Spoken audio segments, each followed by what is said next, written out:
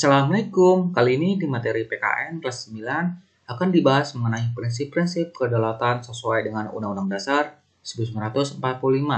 Sebelumnya jangan lupa untuk di like, komen, subscribe, serta share supaya materi ini dapat disampaikan ke teman-teman kalian. Oke, kita lanjut ke pembahasan materinya. Di mana kali ini akan dibahas tentang prinsip-prinsip kedaulatan sesuai dengan Undang-Undang Dasar 1945 dan peran lembaga negara sebagai pelaksana kedaulatan rakyat dalam sistem pemerintahan Indonesia. Dan untuk peran lembaga negara ini kita bagi menjadi beberapa bagiannya nanti untuk next videonya.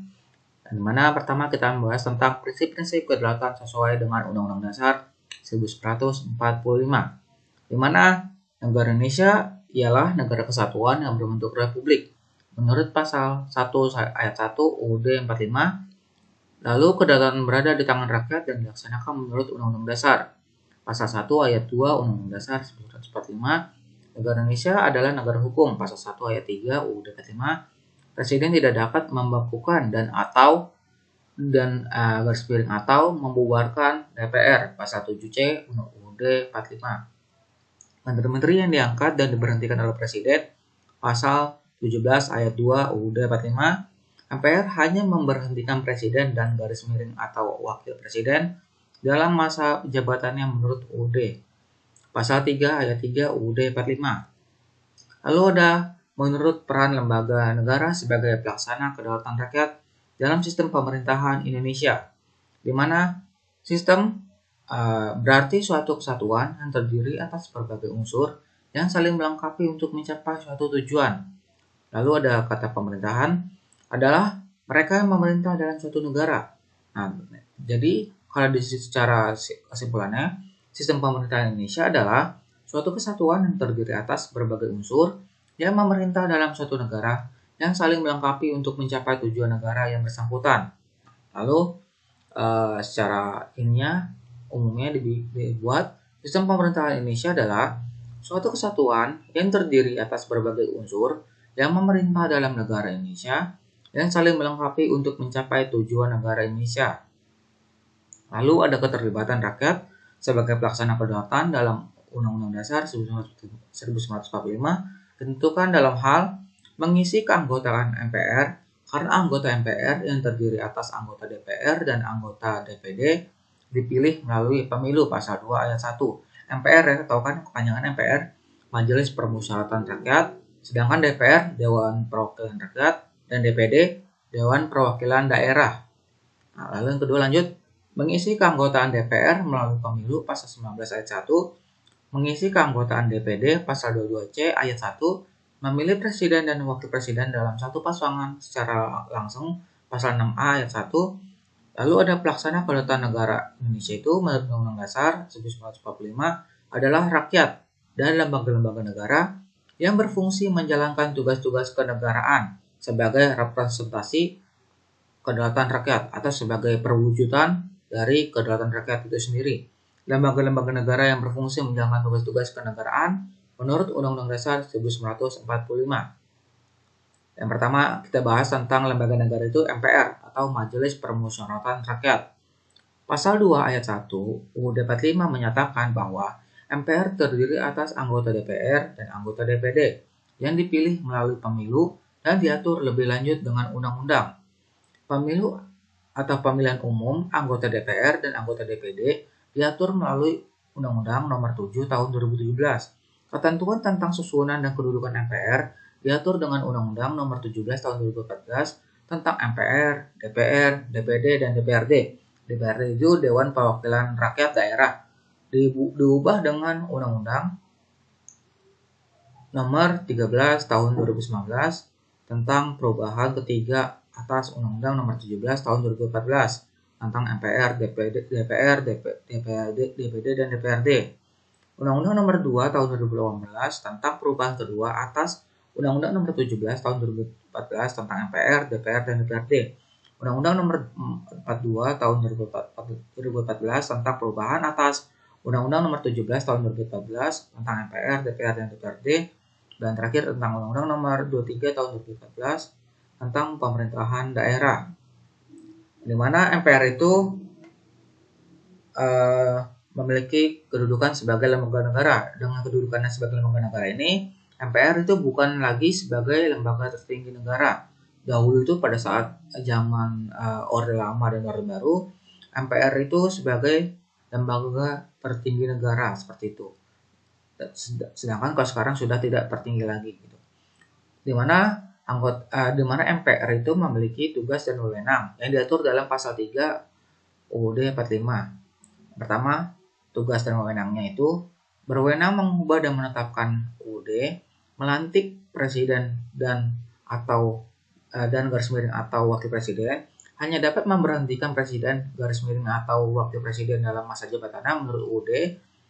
Lalu tugas dan wewenang MPR ini diatur lebih lanjut dalam Undang-Undang Nomor 17 Tahun 2014. Yang pertama, mengubah dan menetapkan UUD atau Undang-Undang Dasar, melantik presiden dan wakil presiden berdasarkan hasil pemilihan umum atau pemilu, memutuskan usul DPR untuk memberhentikan presiden dan garis miring atau wakil presiden dalam masa jabatannya. Setelah Mahkamah Konstitusi atau MK memutuskan bahwa presiden dan garis miring atau wakil presiden terbukti melakukan pelanggaran hukum berupa pengkhianatan terhadap negara, korupsi, penyuapan, tindak pidana berat lainnya, atau perbuatan tercela dan garis miring atau terbukti bahwa presiden dan garis miring atau wakil presiden tidak lagi memenuhi sebagai presiden dan garis miring atau wakil presiden. Lalu tugasnya itu lagi wewenangnya melantik wakil presiden menjadi presiden apabila presiden mangkat, berhenti, diberhentikan, atau tidak dapat melakukan kewajibannya dalam masa jabatannya. Memilih wakil presiden dari 2 calon yang diusulkan oleh presiden apabila terjadi kekosongan jabatan wakil presiden dalam masa jabatannya. Memilih presiden dan wakil presiden apabila keduanya mangkat, berhenti, diberhentikan, atau tidak dapat melakukan kewajibannya dalam masa jabatannya secara bersamaan dari 2 pasangan calon presiden dan wakil presiden yang diusulkan oleh partai politik atau gabungan partai politik yang pasangan calon presiden dan wakil presidennya itu meraih suara terbanyak pertama dan kedua dalam pemilu sebelumnya sampai berakhirnya masa jabatannya. Lalu ada kewajiban anggota MPR yang dimana diatur dalam pasal 11 Undang-Undang Nomor 17 Tahun 2014. Yang pertama, memegang teguh dan mengamalkan Pancasila. Kedua, melaksanakan Undang-Undang Dasar 1945 dan menaati peraturan perundang-undangan, memasyarakatkan Pancasila, UUD 45, Negara Kesatuan Republik Indonesia atau NKRI, dan Bhinneka Tunggal Ika. Yang keempat, mempertahankan dan memelihara kerukunan nasional dan menjaga keutuhan NKRI. Yang kelima, mendahulukan kepentingan negara di atas kepentingan pribadi, kelompok, dan golongan. Yang keenam, melaksanakan peranan sebagai wakil rakyat dan wakil daerah. Lalu ada presiden. Tadi MPR, lalu ke presiden.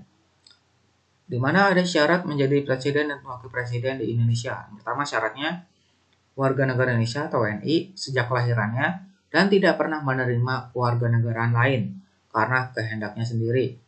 Pasal 6 ayat 1 UUD 45, tidak pernah mengkhianati negara. Pasal 6 ayat 1 UUD 45, mampu secara rohani dan jasmani untuk melaksanakan tugas dan kewajiban sebagai presiden dan wakil presiden. Pasal 6 ayat 1 UUD 45, dipilih dalam satu pasangan secara langsung oleh rakyat. Pasal 6A ayat 1 UUD 45, diusulkan oleh partai politik atau gabungan partai politik peserta pemilu sebelum pelaksanaan pemilu.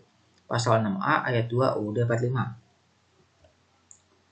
Presiden dan wakil presiden di Indonesia itu memegang jabatan selama 5 tahun dan sesudahnya itu dapat dipilih kembali dalam jabatan yang sama hanya untuk 1 kali masa jabatannya. Pasal 7 UUD 45. Jadi misalkan pertama terpilih presiden yang calon presiden dan wakil presiden A terpilih menjadi presiden selama menjabatannya 5 tahun, kemudian dia dapat mencalonkan kembali menjadi presiden dan kemudian akhirnya terpilih.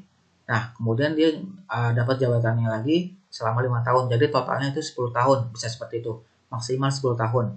Nah, lalu ada kekuasaan presiden yang diatur dalam Undang-Undang Dasar 1945. Yang pertama, mengajukan RUU atau rancangan undang-undang dan membahasnya bersama DPR. Pasal 5 ayat 1 dan pasal 20 ayat 2 UUD 45 menetapkan PP, peraturan pemerintah.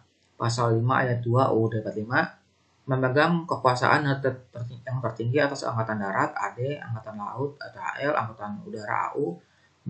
Pasal 10 UUD 45 menyatakan perang, membuat perdamaian, dan berjanjian dengan negara lain dengan persetujuan DPR. Pasal 11 ayat 1 UUD 45 menyatakan keadaan bahaya. Pasal 12 UUD 45. Nah, untuk DPR minggu berikutnya ya, untuk pembahasan selanjutnya. Oke, cukup sekian untuk materi kali ini.